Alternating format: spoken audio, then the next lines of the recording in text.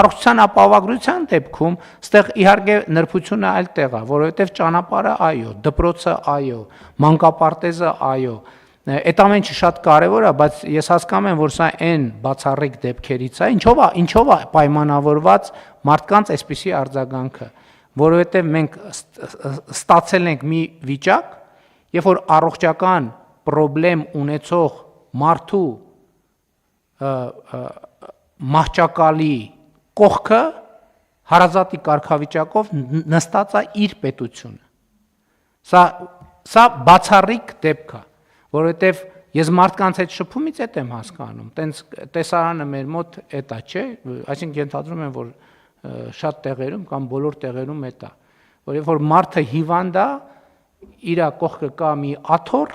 որին նստած է իրան ամենահարազատ մարդը։ Առողջության ապահովագրության համակարգը այդ աթոռը դրել է կամ երկրորդ աթոռն է դրել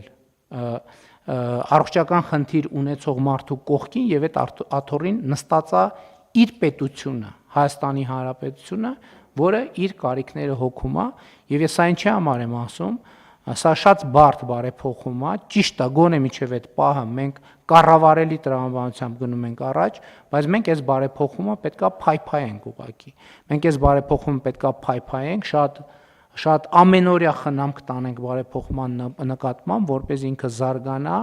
որովհետև մենք նաև Հայաստանում դառը փորձեր կան, որ առողջության ապահովագրության համակարգերը ներդրվել են եւ կեսից